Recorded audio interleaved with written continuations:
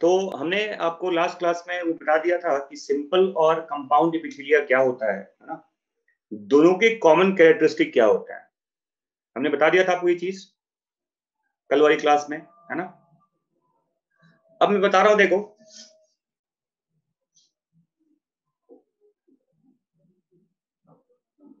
Types of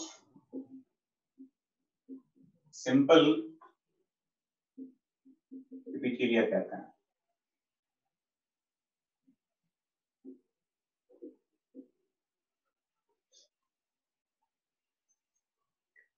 sound सबको Audible है?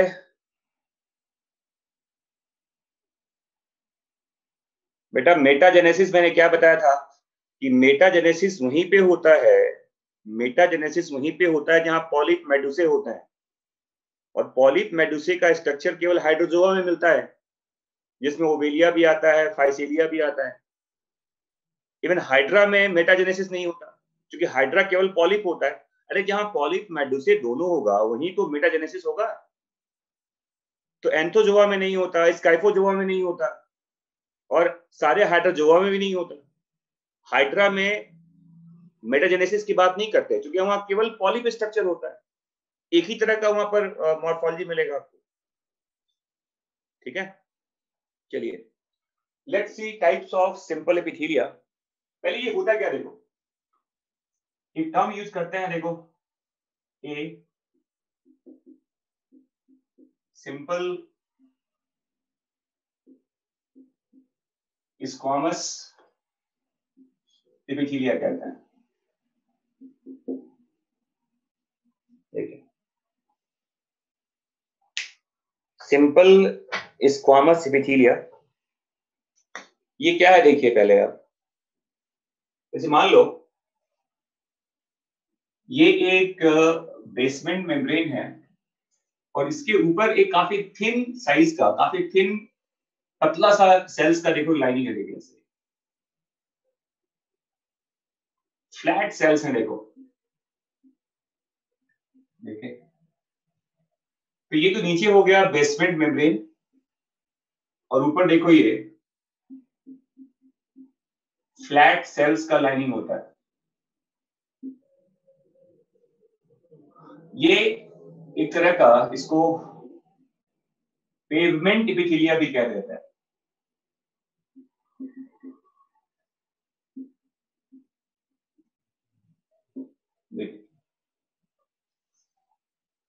Sales का थिकनेस ज्यादा नहीं होता, बहुत पतला ये लेयर होता है सेल्स का, यहाँ पर फ्लैट सेल्स कहते हैं इसके अंदर, देखिए।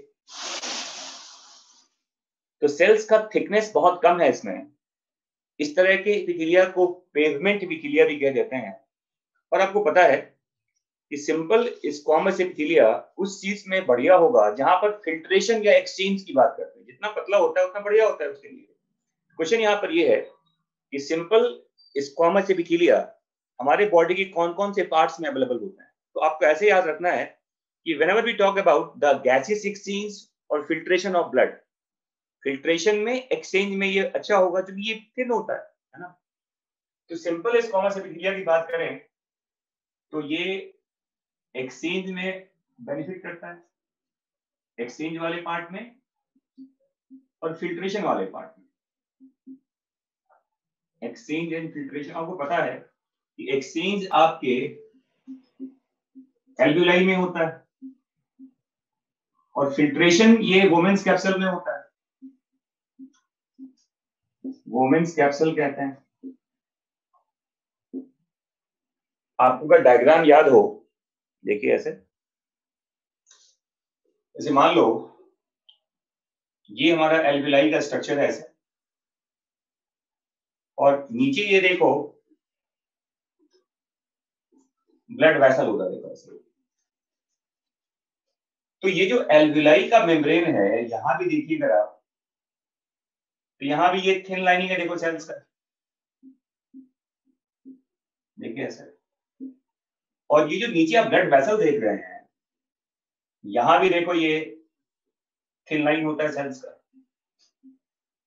देखिए। तो आप ये देखिए कि ब्लड वेसल्स का भी जो लाइनिंग होता है, देखिए ऐसे, तो देखो यहां तो ब्लड फ्लो कर रहा है, देखिए, तो ये हमारा ब्लड वेसल है, ये आपका ब्लड वेसल है, और ये एल्विलाई है।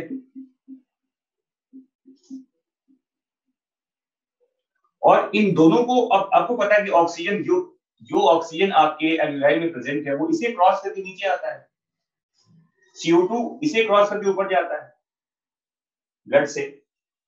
तो इन दोनों को कंबाइंड फॉर्म में क्या बोलेंगे बताओ? इन दोनों को अगर आप कंबाइंड फॉर्म में देखें तो ये भी सिंपल स्क्वामस है, ये भी सिंपल स्क्वामस है, देखो। और इस स्ट्रक्चर का नाम है रेस्पिरेटरी मेम्ब्रेन बैरियर कहा जाता है। तो ब्लड वेसल्स के इस लाइनिंग को ही एंडोथेलियल लाइनिंग कहा जाता है। और ये भी किसका बना होता है बताओ? ये भी बना होता है, ये भी बना होता है किसका बताओ? सिंपल स्क्वामस एपिथेलिया का। मतलब एल्वेलाई के अंदर, ब्लड वेसल के अंदर दोनों को क्रॉस करके ही तो एक गैसेज एक्सचेंज होता है। तो दोनों के मेम्ब्रेन को मिलाकर क्या बोलते हैं बताओ? इसे कहते हैं respiratory membrane barrier. Gaseous exchange जिसके थ्रू होता है, तो RMB is called respiratory membrane barrier, जिसमें डबल स्क्वामस लेयर होता है, एक एल्विलाई का और दूसरा ब्लड वेसल का। ब्लड वेसल के स्क्वामस लाइनिंग को भी क्या बोलते हैं? उसी को एंडोथेलियल लाइनिंग भी कहा जाता है। इनर मोस्ट लेयर होता है ब्लड वेसल का, देखो ये क्या होता है बताओ? इसको inner most layer of blood vessel कहा जाता है। तो ये हो गया एक्सचेंज की बात करके, देखो हमने। समझ में आ गया सबको? क्लियर है यहां तक? हाँ भाई, समझ में आ रहा है? तो gaseous exchange across the respiratory membrane barrier contains two layers of squamous epithelia, एक एल्विलाई का और दूसरा ब्लड वेसल का। एक और देखिए यहां पर, सपोज करो ये वुमेन्स कैप्सूल है, देखिए ऐसे, ये वुमेन्स कैप्सूल का स्ट्रक्चर है, और आपको पता है यहां टफ्स होते हैं वैसे ही। देखो ये मान लो ये ग्लोमेरुलस है,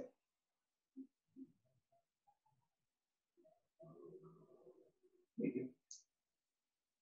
तो आपको ये पता है कि ग्लोमेरुलस के अंदर भी, देखिए यहां तो वही लाइनिंग है, देखो स्क्वामस लाइन, देखिए ऐसे। और यहां देखो वुमेन्स कैप्सूल का जो वॉल होता है, देखिए ऐसे, ये भी सिंपल स्क्वामस होता है।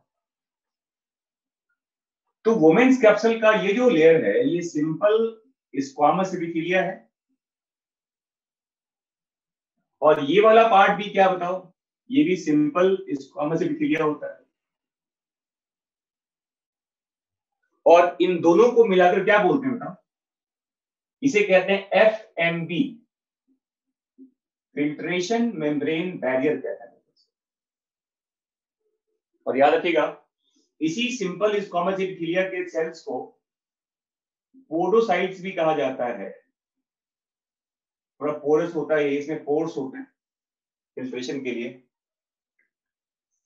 तो सिंपल स्क्वामस एपिथेलिया के जो सेल्स होते हैं इसमें वुमेन्स कैप्सूल के वॉल में, उसको पोडोसाइट्स भी कहते हैं। ये पोडोसाइट्स कहां मिलता है बताओ? तो पोडोसाइट्स मिलता है वुमेन्स कैप्सूल के इनर वॉल में।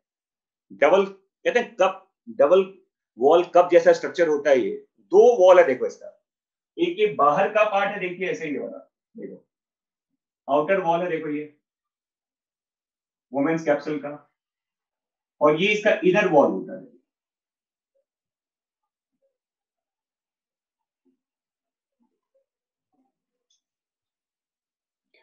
और इन दोनों को मिलाकर क्या बोलते हैं बताओ? ग्लोमेरुलस के वॉल को और वुमेन्स कैप्सूल के वॉल को मिलाकर क्या बोलते हैं? Filtration membrane barrier. और ये क्या करेगा बताओ? ये करता है filtration of blood. Blood plasma का जो फिल्ट्रेशन होता है ये इसके क्रॉस होता है। तो जहां भी आप एक्सचेंज की बात करते हैं, है ना, जहां भी आप फिल्ट्रेशन की बात करते हैं, वहां का लेयर पतला होना चाहिए, और पतला तभी होगा जब वो सिंपल स्क्वामस एपिथेलियम हो। समझ में आ गया बच्चों? एक और बता दूं मैं आपको, देखिए, जैसे मान लो अगर आप सीलोम की बात करते हैं, देखिए ऐसे, तो मैंने बताया था कि ये अगर आपका एलिमेंट्री कैनाल का स्ट्रक्चर है, गट है, तो गट के अंदर जो दोनों तरफ आप देखिए, अगर ये सिलोमिक लाइनिंग है, देखिए, देखो ये जो देख रहे हैं आप, जिसको मीजोथेलियम भी कहते हैं, मीजोथेलियम, इसी को पेरिटोनियल लाइनिंग भी कहते हैं। और ये बना होता है किसका बताओ? ये बना होता है किसका? सिंपल स्क्वामस एपिथेलिया कहते हैं।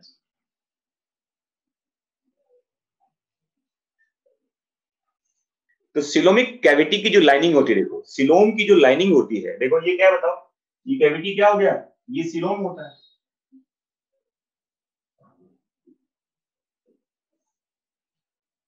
तो सिलोम के दोनों तरफ जो लाइन होता है उसी को पेरिटोनियल लाइनिंग कहते हैं, इसी को मीजोथेलियम भी कहा जाता है। और ये भी किसका बना होता है बताओ? ये भी बना होता है किसका? सिंपल स्क्वामस एपिथेलिया का।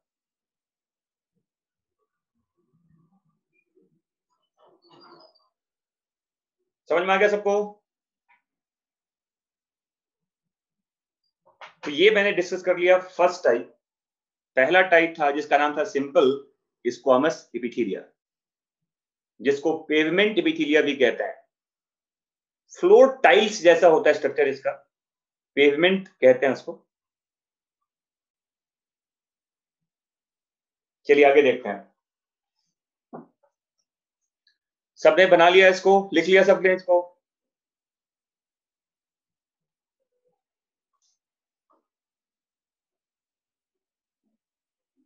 जिसे कहते हैं सिंपल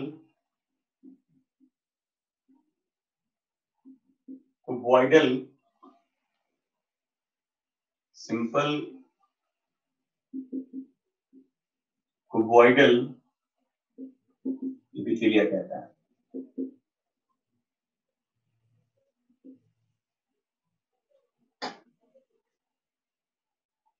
ये क्या है देखिए, सिंपली कहते हैं, देखो इसमें जो सेल्स का हाइट है वो स्क्वायर शेप के सेल्स होते हैं, वैसे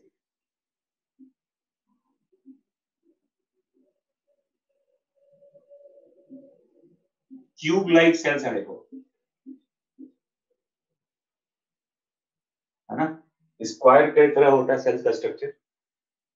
इसे कहते हैं सिंपल कुबॉइडल एपिथेलिया।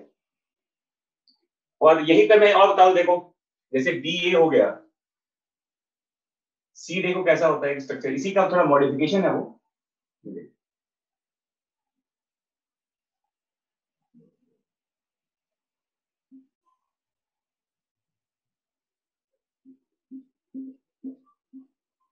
यहां पे ऐसे लगा दो सीलिया,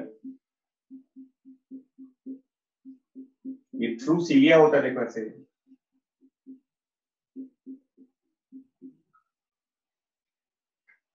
या फिर एक और मैं बता दूं आपको यहीं पर, ये डी हो गया, देखो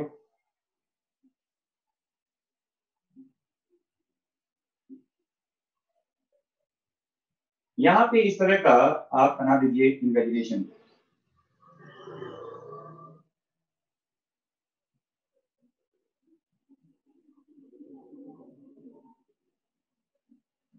देखो ये इसका ही दो मॉडिफिकेशन है। अगर ये सिंपल कुबॉइडल है तो इसे कहते हैं सिलिएटेड कुबॉइडल, इसे कहते हैं सिलिएटेड कुबॉइडल कहते हैं, क्योंकि सीलिया यहाँ पर होता है। ये देखो सीलिया है इसके ऊपर, और ये देखो इसे कहते हैं ब्रश बॉर्डर, इसे ब्रश बॉर्डर कुबॉइडल एपिथेलिया कहा जाता है।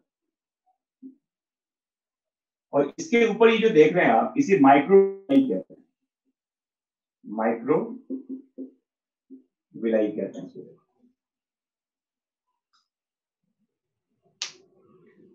अब क्वेश्चन यहां पर ये है कि ये कहां कहां अवेलेबल है, बी कहां पे होता है, सी कहां पे होता है और डी कहां पे होता है। तो ये याद रखिएगा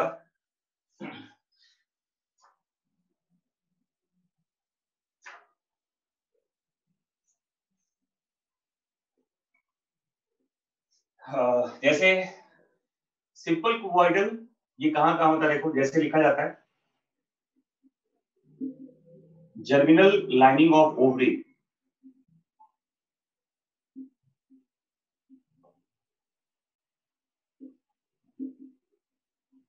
किडनी ट्यूब्यूल्स में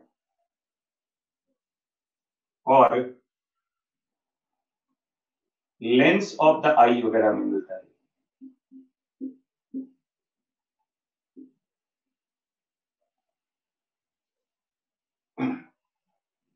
लिख लो germinal lining of ovary, kidney tubules में, लेंस ऑफ द आई में,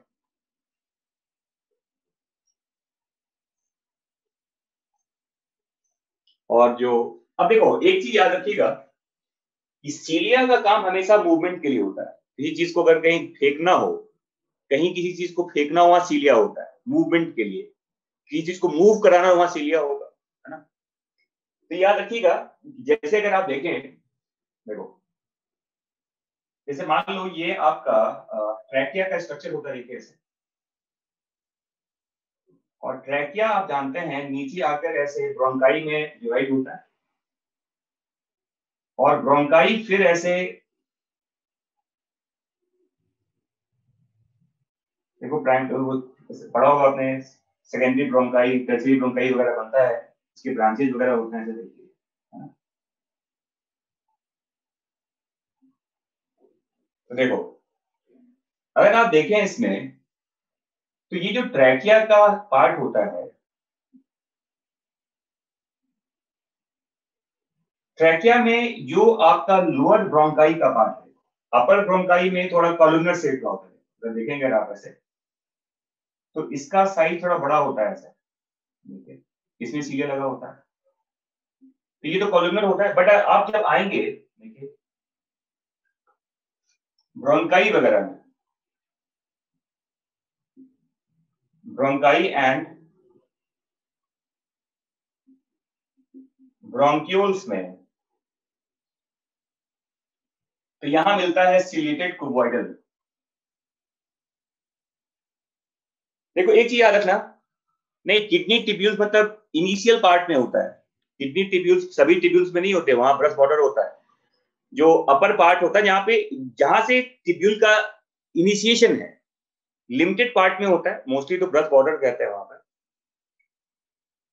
तो देखो ट्रैकिया से लेके अगर आप देखेंगे एल्वियोलाई तक, देखो एक पार्ट याद रखिएगा, रेस्पिरेटरी सिस्टम में अगर आप देखेंगे कि ट्रैकिया से स्टार्ट करो और आप जाइए एल्वियोलाई तक, तो कुछ चीजें बिल्कुल फिक्स हैं। जैसे ट्रैकिया में इनिशियली सेल्स का हाइट थोड़ा बड़ा होता है, फिर हाइट थोड़ा घटेगा, घटता जाएगा, फिर ये पूरा का पूरा क्यूब शेप में आ जाने को, फिर घटेगा, देखो ऐसे ही, और फाइनली ये बिल्कुल एल्वियोलाई में आते आते कैसा हो गया बताओ, पतला हो गया। मतलब ये है कि ट्रैकिया से लेके एल्वियोलाई तक जो सेल्स का थिकनेस है वो घटता जा रहा है। स्टार्ट होता है ये कॉलमनर से, फिर आगे ये कुबॉइडल हो गया, और रेस्पिरेटरी ब्रोंक्यूल्स के बाद वो कि बिल्कुल थिन हो जाता है, वो एल्वियोलाई, वो स्क्वामस हो जाएगा, देखो ये। और ये भी याद रखिएगा कि इनिशियल पार्ट में सीलिया बहुत ज्यादा होता है, फिर ये घटेगा देखो, और बाद में फिर ये खत्म ही हो जाता है, देखो ये। तो नंबर ऑफ सीलिया घटता चला जाता है, नंबर ऑफ सीलिया इनिशियल पार्ट में ज्यादा होता है, फिर सीलिया घटेगा और रेस्पिरेटरी ब्रोंक्यूल्स के बाद कोई सीलिया नहीं होता, और जो म्यूकस सिक्रीट करने वाले सेल्स होते हैं उसका भी नंबर कम होता चला जाता है। इनिशियल पार्ट में म्यूकस ज्यादा बनता है डस्ट वगैरह को रोकने के लिए, तो म्यूकस सिक्रीटिंग ग्लैंड्स ये घटता जाएगा, सेल्स की हाइट घटती जाएगी और नंबर ऑफ सीलिया भी घटता चला जाता है फ्रॉम ट्रैकिया टू एल्वियोलाई। याद रखना इसको।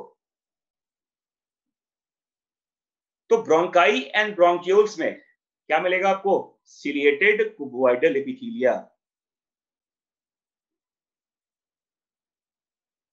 समझ में आ गया बच्चों? तो मैंने क्या बताया कि रेस्पिरेटरी सिस्टम में ट्रैकिया से लेके एल्वियोलाई तक क्या क्या हो रहा है? सेल्स की हाइट घटती जा रही है, नंबर ऑफ सीलिया भी कम होता चला जा रहा है, और जो म्यूकस सिक्रीटिंग ग्लैंड्स होते हैं इसका भी जो नंबर है ये क्या होगा? घटता जाता है from trachea to alveoli. Clear? तो ये है सिलिएटेड कुबोइडल, जहां सीलिया, और सीलिया का काम क्या होता है बताओ? आपकी बुक में लिखा भी दिया है, ये सीलिया जो होता है, एक ऑप्शन दिया गया है, to pass mucus out towards pharynx.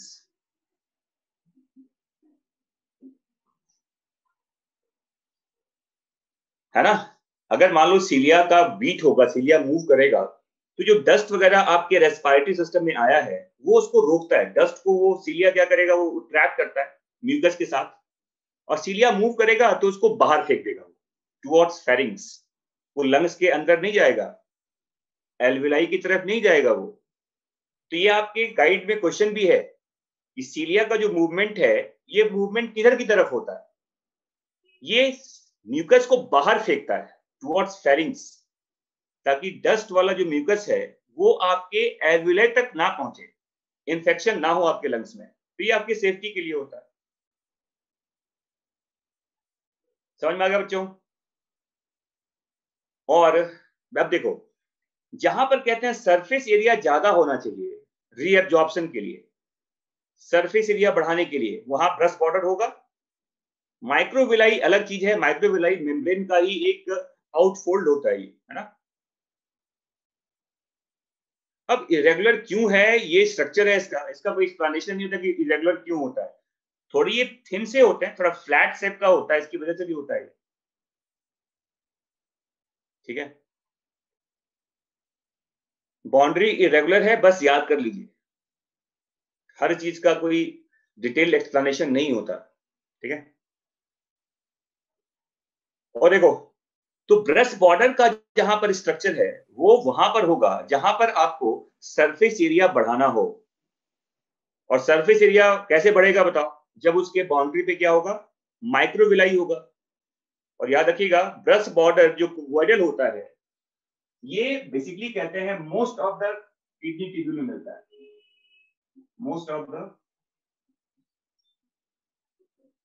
Most part of the kidney tubule पे लगता है, most part of the kidney tubule, मतलब पीसीटी वगैरह में होगा, डीसीटी में होगा, कलेक्टिंग डक्ट में होगा, है ना?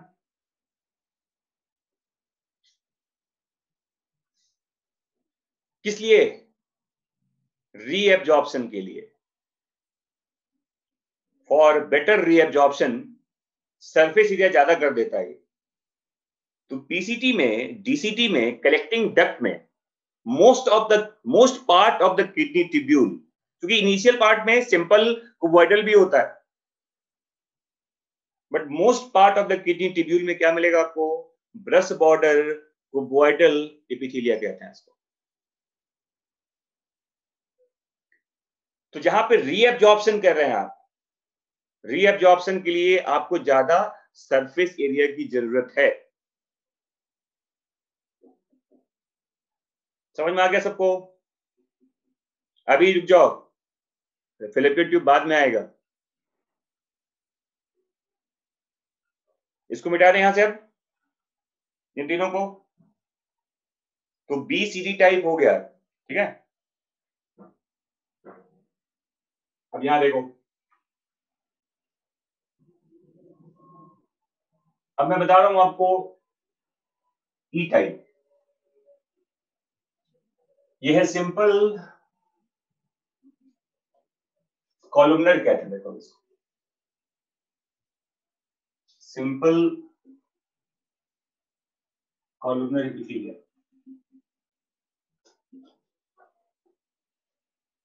समझ में आ गया स्ट्रक्चर आपको? देखिए इसमें अगर देखें, अगर आप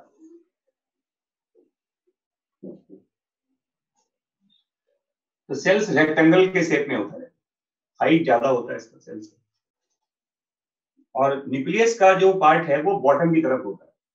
बैलेंस के लिए, मतलब आप सीजी की बात करेंगे तो न्यूक्लियस मिडिल में नहीं होता, न्यूक्लियस टुवर्ड्स बेसल मेम्ब्रेन होता है। ये है सिंपल कॉलमनर। इसी का देखो, देखिए अगर मैं ऐसे बना दूं इसको, अगर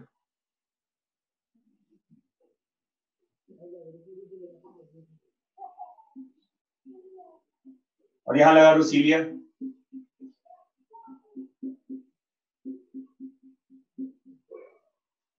देखिए तो ये हो गया एफ टाइप, एफ, और इसका नाम क्या हो गया? सिलिएटेड कॉलमनर हो जाएगा, देखो ये, है ना। और एक और बता दूं मैं, देखो कैसे इसमें,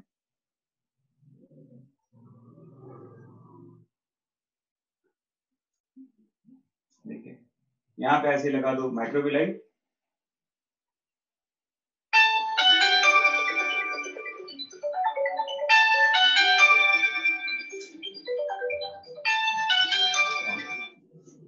हेलो हेलो, हाँ रुपेश,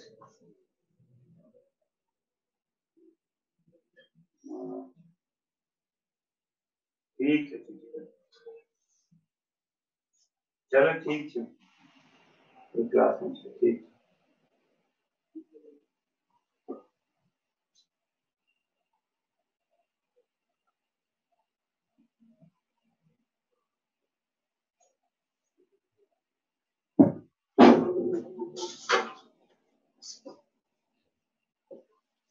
अब देखो, तो ये है सिंपल कॉलमनर, ये हो गया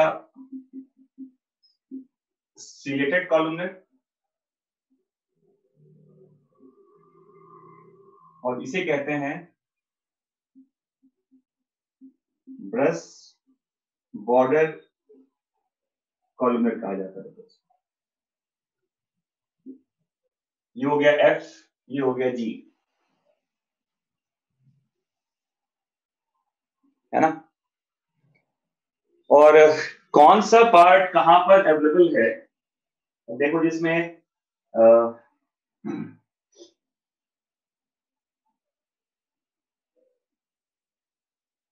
अगर मोस्टली देखा जाए, अगर आप ऐसे देखें कि ये जो इसमें आप देखिए, ये जो सिंपल कॉलमनर वाला पार्ट है, ये मिलता है आपका most of the inner lining of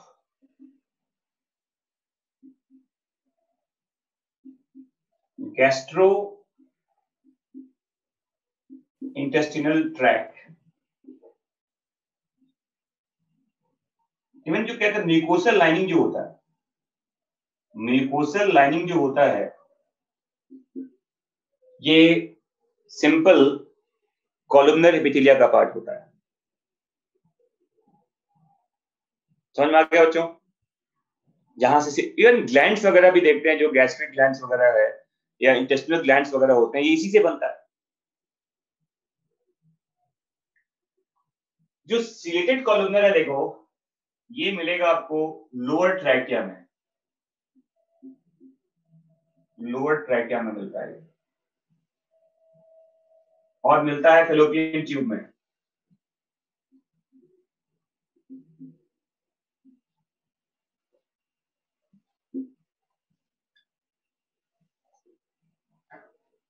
ciliated columnar जानते हैं आप, फैलोपियन ट्यूब में ओसाइट्स को आगे बढ़ाना होता है towards fallopian, towards the funding part of uterus, है ना। मतलब जो एम्प्लोरी स्टमच जंक्शन तक ओसाइट जब आएगा तो वहां पर लाने के लिए सीलिया का मूवमेंट वहां पर होता है फर्टिलाइजेशन के लिए। तो सिलिएटेड कॉलुमनर कहाँ मिलेगा? फैलोपियन ट्यूब में और लोअर ट्रैकिया में मिलता है। और जो ब्रश बॉर्डर कॉलुमनर है, ये देखो, ये मिलता है एलियम में, ये मिलता है जेजुनम में, और ये हेल्प करता है एब्जॉर्प्शन के लिए, एब्जॉर्प्शन ऑफ फूड कहा जाता है।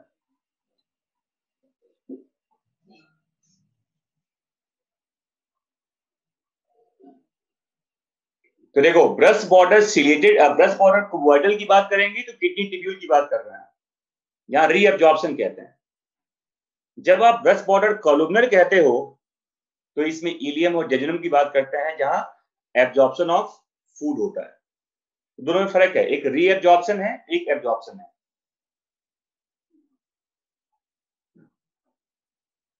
समझ में आ गया बच्चों?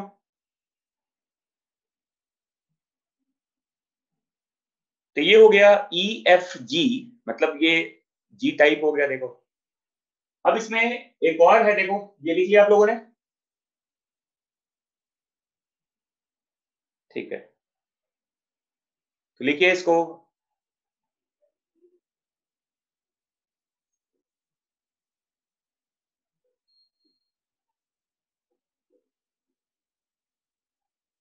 अब देखो इसमें एक और टाइप है, एच कह सकते हैं आप इसको, इसे कहते हैं स्यूडो स्ट्रेटिफाइड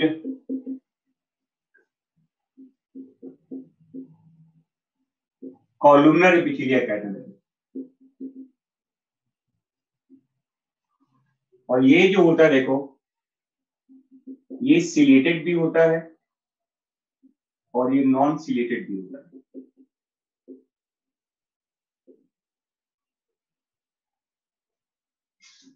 ये क्या है देखिए, अगर मान लो ये इस तरह का स्ट्रक्चर है और इसमें जो सेल्स का हाइट है वो एक जैसा नहीं है, कुछ लार्ज साइज के सेल्स हैं, मतलब इरेगुलर तरह का होता है। देखो सेल्स का जो हाइट है वो, और न्यूक्लियस का पोजीशन भी ऊपर नीचे होगा, देखो इसमें, है ना। तो आप देखिए सेल्स तो एक ही लाइन में है ना, सिंगल लाइन है, बट ऐसा एपियर होता है कि मल्टीपल लाइन में। तो एपियरेंस, जो सेल्स का जो हाइट होता है, इरेगुलर हाइट है। देखो एक सीक्वेंस में हाइट नहीं होता, ऊपर नीचे होता है। तो इट लुक लाइक स्ट्रेटिफाइड लगता है, स्ट्रेटिफाइड लगता है, बट होता है तो ये सिंपल ही है। ये विद सीलिया भी होता है, विदाउट सीलिया भी होता है। अगर आप विद सीलिया की बात करेंगे, सिलिएटेड की बात करेंगे ना आप, तो अपर ट्रैकिया मिलता है,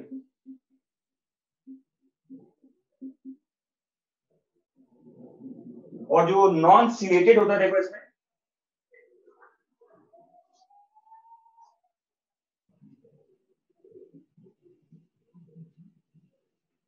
ये मिलता है ईपीडिडाइमिस वगैरह में।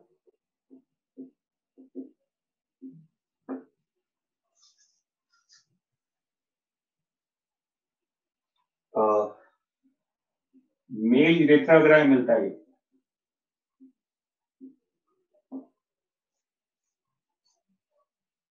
ठीक है बच्चों,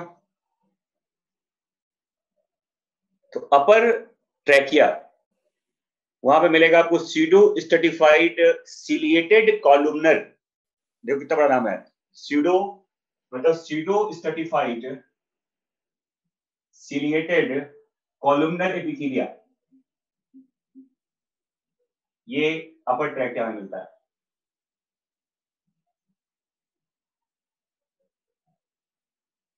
बेटा फंक्शन कुछ नहीं है, कुछ हो, देखो होता क्या है कि ये जो अपर पार्ट है, जैसे यहां सीलिया लगा दो, तो ये जो जो छोटे वाले सेल्स होते हैं, देखो जो छोटे साइज के सेल्स होते हैं ये सिक्रीट करता है म्यूकस। देखो ये बनाएगा म्यूकस और ये उसको रोकता है, तो सिक्रीशन का काम यहां से होता है और सीलिया उसको बाहर फेंकता रहता है उस डस्ट वाले पार्ट को। समझ में आ गया? तो जो छोटे साइज वाले सेल्स होते हैं ये सिक्रीट करता है, ये बनाता है म्यूकस, और जो सीलिया होगा अपर वाला वो मूव करता रहता है, वो डस्ट को पकड़ के उसको बाहर फेंकता रहता है। समझ में आ गया? तो ये मैंने बता दिया all different types of simple epithelia. अब मैं बता रहा हूं आपको types of compound epithelia. Now I am discussing about types of compound epithelia. अब हम पढ़ेंगे कंपाउंड के बारे में, स्ट्रेटिफाइड के बारे में।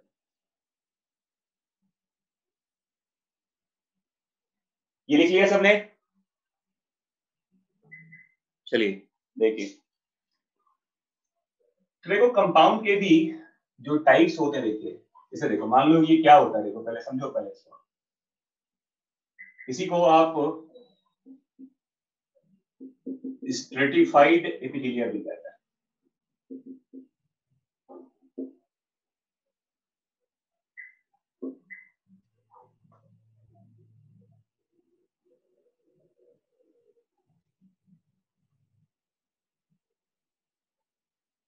ऐसा कोई नहीं होता एपिथेलिया में, कोई फ्लैजिला नहीं होता।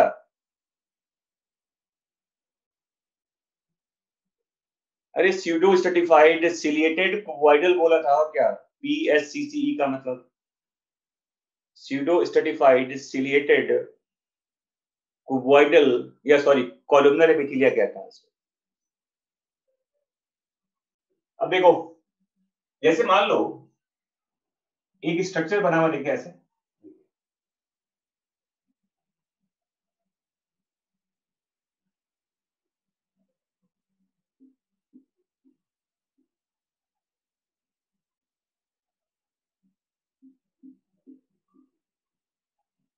और इसके अपर लेयर पे देखो फ्लैट सेल्स है, देखिए ऐसे, एक ऐसा बना हुआ है। फिर देखो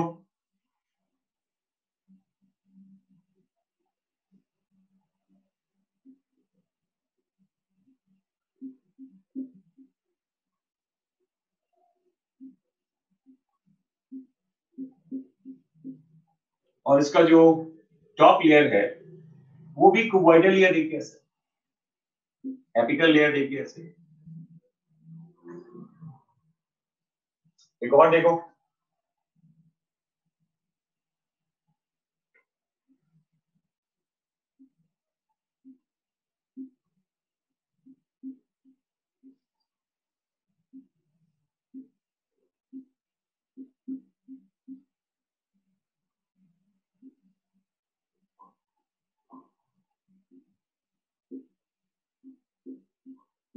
ये देखो।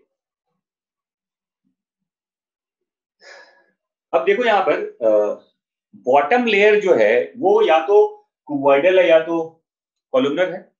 बॉटम सेल्स देखिए इसमें पे, देखो। तो यहाँ जो आप देख रहे हो ये एपिकल सेल्स है, ये एपिकल लेयर है, और ये बेसल लेयर है। बॉटम वाला वो उसको बेसल लेयर कहता है। तो हमें बेसल लेयर से मतलब नहीं है, एपिकल लेयर देखना है आपको कि एपिकल लेयर किस तरह का है। देखिए एपिकल लेयर, अगर टॉप लेयर, अपर लेयर आपका फ्लैट सेल्स का बना हुआ, देखो स्क्वामस है वो, तो इसका नाम क्या हो जाएगा बताओ? इसे कहते हैं स्ट्रेटिफाइड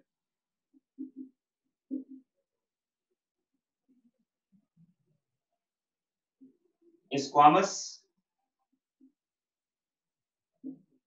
एपिथेलिया कहते हैं। देखो उसको हमें बॉटम लेयर नहीं देखना, हमें टॉप लेयर देखना है, एपिकल लेयर देखना है। अगर वो फ्लैट है तो नाम क्या हो गया इसका? Stratified squamous epithelia. अगर ये मान लो, अगर ये अपर लेयर क्यूबॉइडल शेप में आ रहा है ना, देखिए क्यूब लाइक है ये, इसका नाम क्या हो गया बताओ? इसको कहते हैं स्ट्रेटिफाइड क्यूबॉइडल इपिथेलिया कहते हैं, देखो इसको।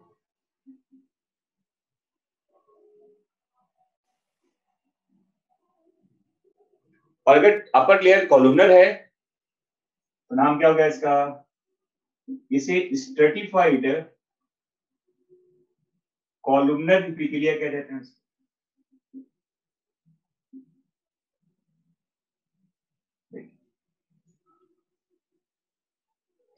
तो जो बॉटम लेयर है, bottom layer can be cuboidal, can be columnar, but can never be squamous.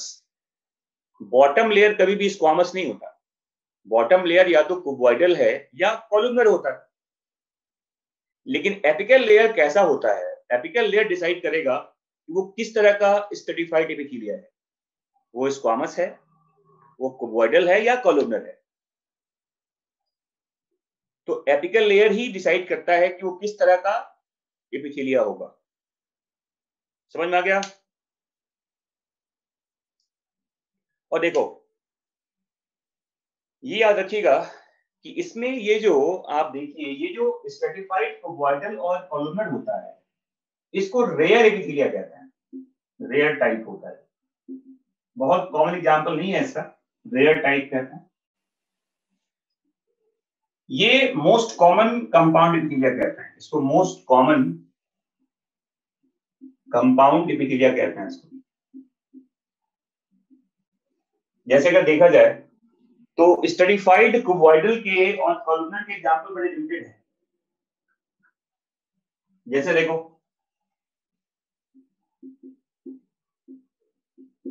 Duct of adult sweat gland वगैरह में स्ट्रेटिफाइड क्यूबॉइडल कहा जाता है, और डक्ट ऑफ इसोफेजियल ग्लैंड्स वगैरह में, या फिर कंजक्टाइवा ऑफ द आई वगैरह में,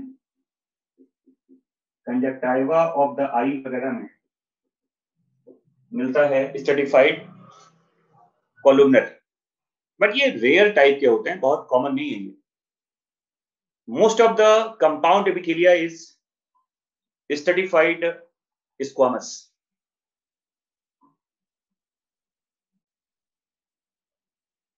ठीक है बच्चों? अब देखो, अब जो स्ट्रेटिफाइड स्क्वामस है ये मोस्ट कॉमन है, और ये दो तरह का होता है। देखिए, ये दो तरह का होता है स्क्वामस वाला। एक होता है क्रेटिनाइज्ड कहता है, क्रेटिनाइज्ड कहते हैं, और एक नॉन क्रेटिनाइज्ड होता है।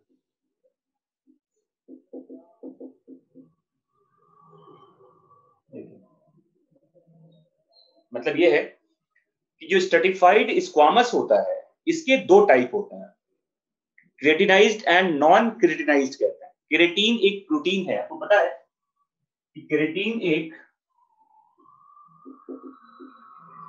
टफ फाइब्रस प्रोटीन होता है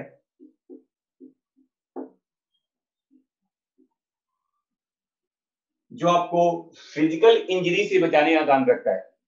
मैकेनिकल इंजरी हो या हीट का कोई डैमेज हो सकता है उससे आपका बॉडी पार्ट, या कोई माइक्रोबियल इंफेक्शन हो, सबको रोकता है। तो विद केरेटीन विदाउट केरेटीन कहते हैं। जैसे मान लो इसमें क्या लिखते हैं, एपिकल सेल्स या एपिकल सेल्स विद केरेटीन कहा जाता है। विद केरेटीन होता है, उसको केरेटिनाइज कहते हैं। अगर केरेटीन यहां आ गया और इसमें कहते केरेटीन नहीं होता, एपिकल सेल्स विदाउट केरेटीन होता है, विदाउट केरेटीन कहता है।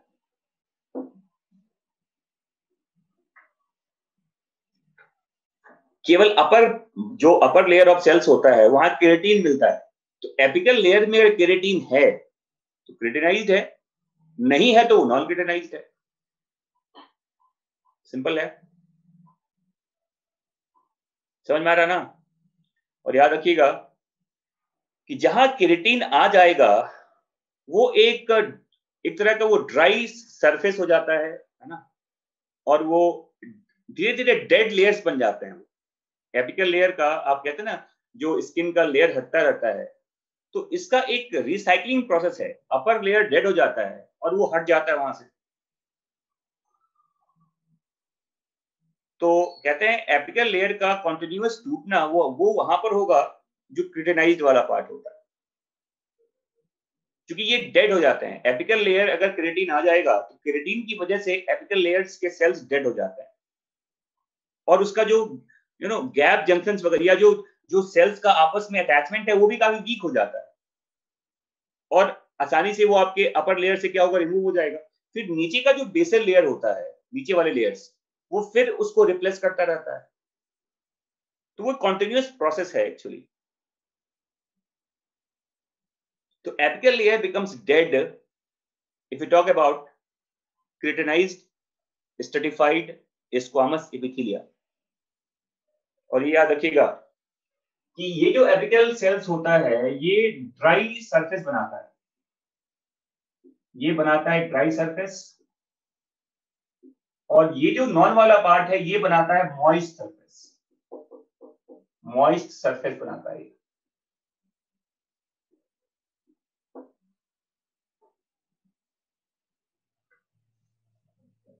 नेल्स में भी होता है, हेयर्स में भी होता है, हर जगह होता है।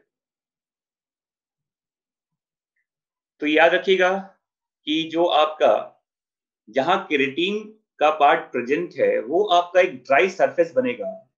जहां केराटिन नहीं है वो मॉइस्ट एरिया होता है, मॉइस्ट सरफेस बनाता है।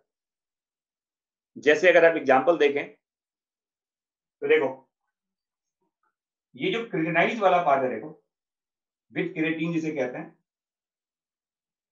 ये मिलता है upper layer of epidermis of skin,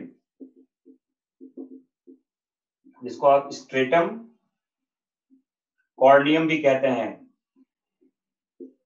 stratum corneum skin का अपर लेयर। तो आप जानते हैं स्किन में दो पार्ट होता है, एपिडर्मिस डर्मिस कहते हैं, है ना? तो अपर लेयर ऑफ जो एपिडर्मिस है उसी को स्ट्रेटम कॉर्नियम कहते हैं, और ये हमेशा नया लेयर बनता रहता है यहाँ पर। समझ में आ गया बच्चों?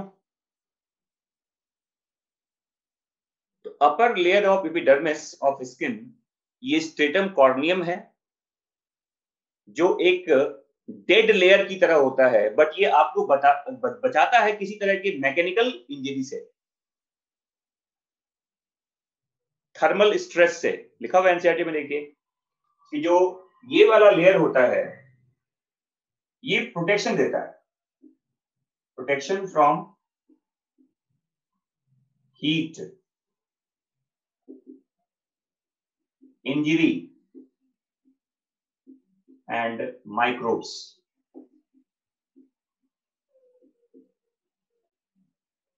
हीट है, इंजरी है, केमिकल भी होता है, एंड माइक्रोब्स कहते हैं। देखो एनसीईआरटी में लिखा हुआ है कि it protects our body from mechanical, thermal, chemical stress, जहां केराटिन होता है। जहां नॉन केराटिन होता है ये उस जगह पे मिलेगा जो सरफेस मॉइस्ट रहता है, लेकिन वो कंटिन्यूअस वहां वियर टियर होता रहता है, टूट फूट होता रहता है। जैसे इसोफेगस का लाइनिंग है ना, फेरिंग्स का लाइनिंग होता है, वेजाइनल एपिथेलिया की बात करते हैं अगर, वो मॉइस्ट एरिया होता है, लेकिन वो स्लाउजिंग ऑफ वहां भी वियर टियर काफी ज्यादा होता है, टूट फूट जहां ज्यादा हो। बकल कैविटी की इनर लाइनिंग देखिए, अगर मैं बात करूं अब, देखो अगर मैं बात करूं नॉन केराटिनाइज का,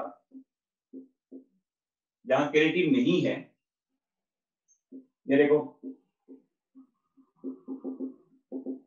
inner lining of buccal cavity, या देखो लाइनिंग ऑफ इसोफेगस कहते हैं,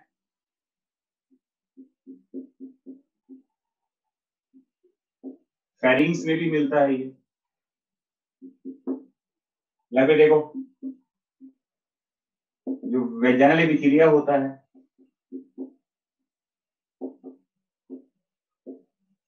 ये वो एरिया होते हैं जहां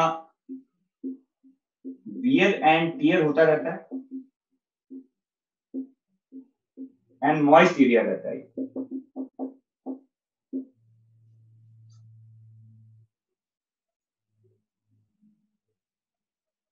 समझ में आ गया बच्चों? ये नॉन टिटेनाइज्ड होता है।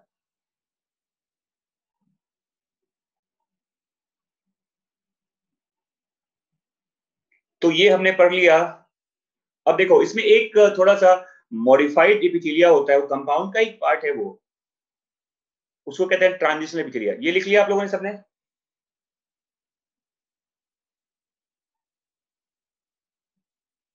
हाँ जी बच्चों, लिख लिया? मिटाऊं इसको अब देखो इसमें एक और आता है, इसको कहते हैं ट्रांजिशनल एपिथेलिया। ट्रांजिशनल एपिथेलिया कहते हैं इसको प्लास्टिक एपिथेलिया भी कहते हैं,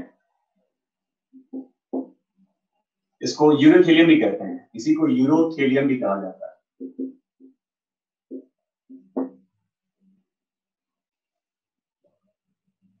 ये कंपाउंड का ये थोड़ा मॉडिफाइड पार्ट है। देखिए इसमें क्या होता है, देखो जैसे मान लो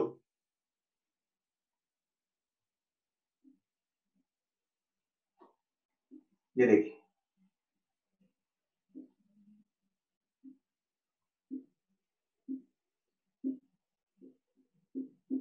ये मान लिया जाए ये मल्टीपल लेयर है, देखो सेल्स का ऐसे। अभी ये सिंपल कार्बोहाइड्रेट के फॉर्म में है,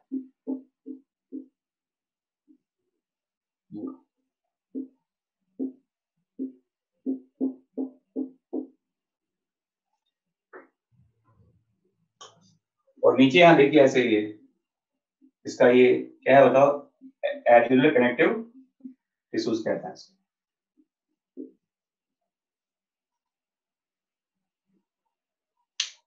अब अगर मान लो यहां पर वाटर का प्रेशर आ रहा है ऊपर से, वाटर और means we can say urine का ये प्रेशर ऊपर से आ रहा है ना? तो क्या होता है देखिए अब यहाँ पर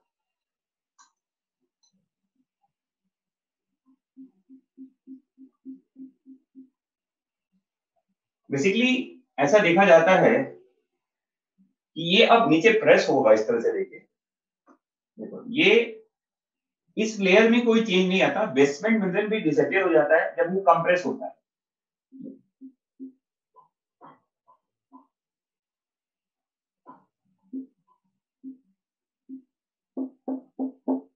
लेकिन जो टॉप लेयर था वो देखो प्रेशर की वजह से वो अब फ्लैट हो गया। देखिए ऐसे ये एक तरह का रिवर्सेबल चेंज है। देखो तो ये पहले कैसा था, ये पहला था कुबॉइडल, और प्रेशर के बाद ये हो गया क्या बताओ, ये हो गया स्क्वामस। तो थिकनेस चेंज कर गया। देखिए मतलब यूरिन के हाइड्रोस्टेटिक प्रेशर की वजह से पहले वो थिक था, यूरिन एक्यूमुलेट करेगा तो आप देखिए यूरेथ्रा वगैरह में यूरिन जब उसमें एक्यूमुलेट करता है तो प्रेशर ज्यादा आएगा, है ना? तो वो पतला होता चला जाता है। ठीक है, तो ये एक थिकनेस यहाँ वेरी कर रहा है। देखिए लाइनिंग उतना ही होता है, लाइनिंग जितना था उतना ही होता है, 3 ऊपर था, 3 अभी भी 3 ही है, बट अपर लेयर का पार्ट चेंज कर गया। देखिए और कंप्रेस होने के बाद, अरे एरियोलर कनेक्टिव टिश्यूज कहते हैं इसको, थोड़ा किडनी इस्तेमाल कर लिया करो तुम लोग थोड़ा सा। और बेसमेंट मेम्ब्रेन डिसअपियर हो जाता है जब वो कंप्रेस होता है। तो जहां पर थिकनेस चेंज करे एपिथेलिया का, उसी को कहते हैं प्लास्टिक एपिथेलिया कहते हैं इसको। और पता है आपको कि प्लास्टिक एपिथेलिया कहां मिलेगा बताओ? ये मिलता है यू यू यू में, ये मिलता है यूरेथ्रा में, ये मिलता है यूरेटर में, और ये मिलता है यूरिनरी ब्लैडर में।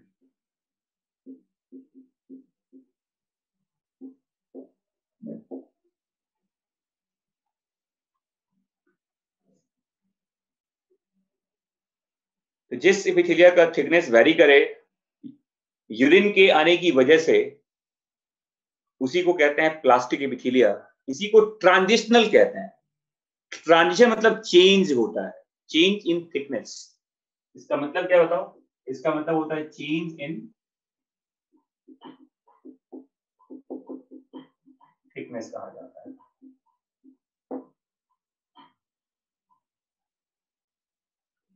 बेसल लेयर मैंने क्या क्या, उसमें चेंज नहीं आता, बेसल लेयर वैसा ही रहता है, चेंज केवल अपर लेयर में आता है। हाँ, बेसमेंट मेम्ब्रेन ये डिसअपियर हो जाता है because of that pressure compression. Start में रहता है, बाद में खत्म हो जाता है। चेंज केवल अपर लेयर में होता है। ठीक है, समझ में आ गया?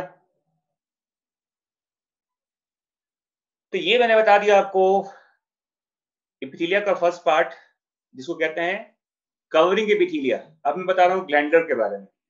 ये मिटाऊं इसको।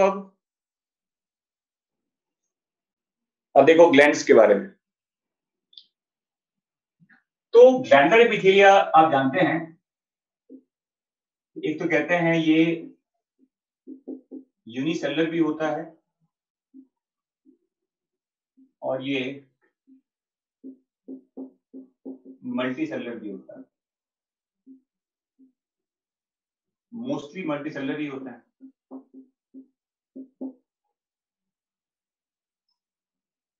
एक ही नाम है, देखो आप जानते हैं, जो गॉबलेट सेल होता है वो यूनिसेलुलर में आता है। म्यूकस सिक्रेटिंग सेल्स कहते हैं इसको। एक सेल है जो ग्लैंड की तरह भी वर्क करता है, और मोस्टली मल्टी सेलुलर होता है। और फिर आप इस मल्टी सेलुलर को आप ऐसे डिवाइड कर सकते हैं एक्सोक्राइन में और एंडोक्राइन में।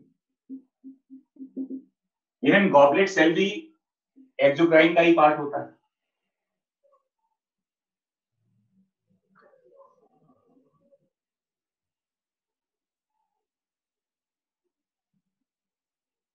ठीक है बच्चों,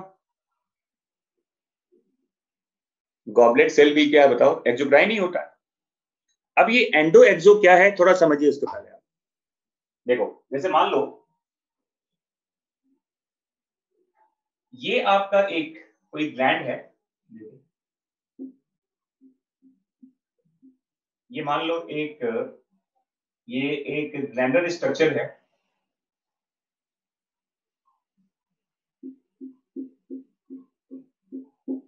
और इसी ग्लैंड्स के इनर पार्ट से एक डक्ट देखो ऐसे बाहर आ रहा है।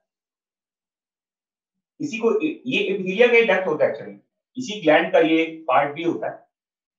और ये जो डक्ट है, देखिए, ये डक्ट अपने सिक्रीशन को कैरी करता है, देखो कहां तक, टारगेट ऑर्गन तक। देखिए, तो ये जो आप देख रहे हैं यहां पर, ये वही इपिथेलियल डक्ट है। और सिक्रीशन जो आता है देखो यहां पर, ये सिक्रीशन जब ये आएगा, देखो सिक्रीशन पहले इकट्ठा हो गया, और देखो ये इस डक्ट के साथ कैरी हुआ और कहां पहुंचा, टारगेट तक। देखिए, तो ये डक्ट ग्लैंड होता है। इसीलिए एक्सोक्राइन को क्या बोलते हैं, इसको डक्ट ग्लैंड भी कहा जाता है।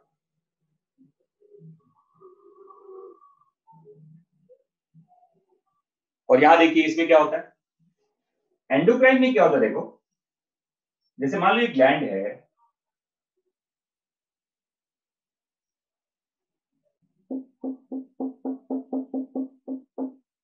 इसका सिक्रीशन पहले बाहर डिफ्यूज करता है। ये आता है उस फ्लूइड में, देखो ये आता है पहले एक्स्ट्रा सेलुलर स्पेस में, देखो ये सिक्रीशन है, ये ग्लैंड का सिक्रीशन है। और उसके बाद देखिए अब यहां जो ये ब्लड वेसल होता है, देखिए देखो ये आपका ब्लड वेसल है, ये सिक्रीशन अब यहां से इसमें डिफ्यूज करता है, देखो इसके अंदर, देखिए ये डिफ्यूज कर गया इसके अंदर, और फिर ये इस ब्लड वेसल से होता हुआ ये कहां पहुंचा बताओ, ये पहुंचा अपने टारगेट तक। देखो सिक्रीशन यहां पहुंच गया, तो इसमें कोई इपिथेलियल डक्ट तो होता नहीं है, यहां कोई इपिथेलिया का डक्ट नहीं होता। एनसीईआरटी में लिखा हुआ है कि सिक्रीशन उस स्पेस में आता है जहां पर ग्लैंड उसमें डूबा हुआ रहता है, मतलब एक्स्ट्रा सेलुलर फ्लूइड होता है, देखो उस फ्लूइड में पहले आता है। तो secretion first of all appears in extracellular space and after that diffuses inside the blood vessel। तो इसमें डक्ट तो नहीं है ना, और इसीलिए एंडोक्राइन को क्या बोलते हैं बताओ, एंडोक्राइन को क्या बोलते हैं, इसको डक्टलेस ग्लैंड कहा जाता है।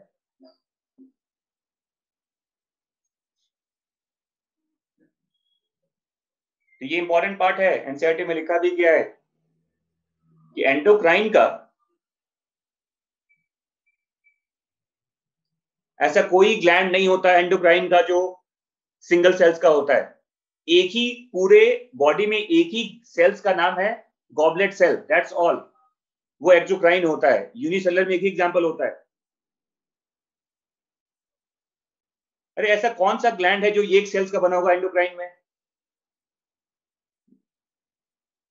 यूनिसेलुलर में एक ही नाम आता है गॉबलेट सेल, कहानी खत्म हो गई। और गॉबलेट सेल एक्सोक्राइन होता है।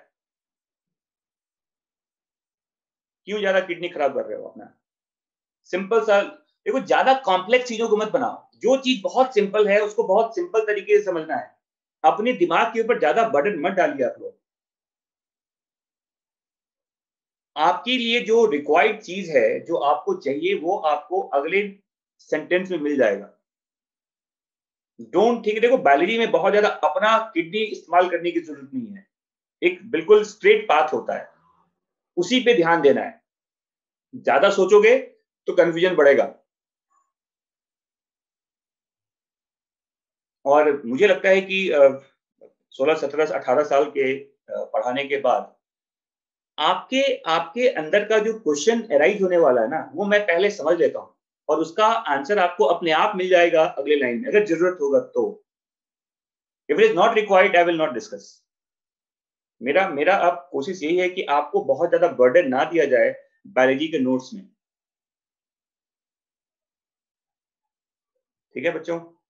तो अपना किडनी बचा के रखिए आप फिजिक्स केमिस्ट्री के लिए। वहां पे जितना किडनी लगाना है लगा दो। Use your kidney. 80% अपनी किडनी का इस्तेमाल करना है आपको, मतलब आपके ब्रेन का इस्तेमाल करना है फिजिक्स केमिस्ट्री में। 20% भी अगर बायोलॉजी में यूज कर दिया आपने ना, तो 350 नंबर आ जाएगा। तो कैलकुलेशन, थिंकिंग, इमेजिनेशन, ये सब फिजिक्स केमिस्ट्री में चलता है। बायोलॉजी में इतना ज्यादा इमेजिनेशन या थिंकिंग की जरूरत नहीं होती। थोड़ा सा फिजियोलॉजी वगैरह अच्छा है, बाकी ये सब तो पूरा रटना वाला पार्ट है। बस रटिए और काम पे चलिए। समझ में आ गया बच्चों? तो जो एनसीईआरटी में लिखा गया है वो साफ साफ मैंने बता दिया आपको कि गॉबलेट सेल यूनिसेलुलर होता है, वो एक्सोक्राइन होता है। और आप जानते हैं कि एक्सोक्राइन ग्लैंड की सिक्रीशन कई तरह के होता है। यहां से म्यूकस भी रिलीज होता है, यहां से एंजाइम भी आता है, यहां से स्वेट भी आता है, यहां से वैक्स भी आता है, कान वगैरह में जानते हैं आप। यहां से मिल्क भी होता है, सलाइवा भी होता है, टीयर भी होता है। देखो तो ये सब सिक्रीशन किसका है बताओ? ये सब सिक्रीशन है एक्सोक्राइन का। तो exocrine gland secrete mucus, enzyme, sweat, wax, milk, saliva, tear etcetera. जबकि जानते हैं कि एंडोक्राइन ग्लैंड के सिक्रीशन का एक ही नाम है, इसे हार्मोन कहा जाता है।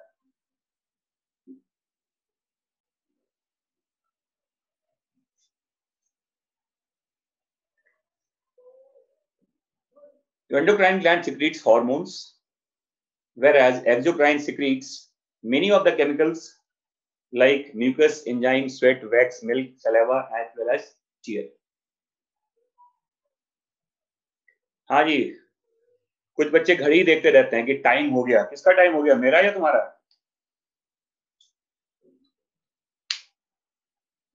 चलिए ठीक है।